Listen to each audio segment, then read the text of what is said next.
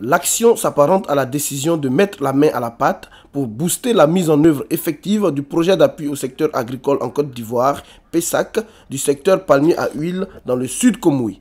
Pour 2016, l'objectif c'est de produire autour de 10 000 hectares de pépinières pour pouvoir satisfaire les demandes, n'est-ce pas, des planteurs. Dans les producteurs de plants, nous avons le Palmsi et puis Dekel Oil, les coopératives et même des pépiniéristes privés dans le futur. Aujourd'hui, nous sommes venus en mission pour voir un peu la mise en œuvre, n'est-ce pas, de ces dispositions-là, pour voir un peu quelle est la quantité qui est prête et puis quel va être le programme de livraison avec, n'est-ce pas, nos comités locaux de gestion des activités en plantation villageoise. Le projet a connu quelques difficultés au démarrage, mais de plus en plus, la mayonnaise commence à prendre. Dans la filière palmier à huile, l'engagement des responsables se veut désormais plus actif. Le secrétariat exécutif suit le déroulement de toutes ces activités-là.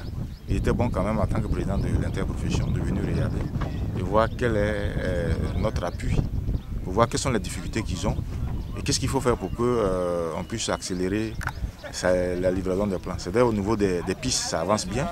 Au niveau des plans, il y avait quelques difficultés de mise en place, mais je pense qu'aujourd'hui, avec tout ce qui se passe, les gens sont plus conscients et on risque d'être débordés par la demande. Le PESAC, version palmier à huile, projette la création de 15 000 hectares de plantations au profit de populations reconnues comme étant économiquement faibles.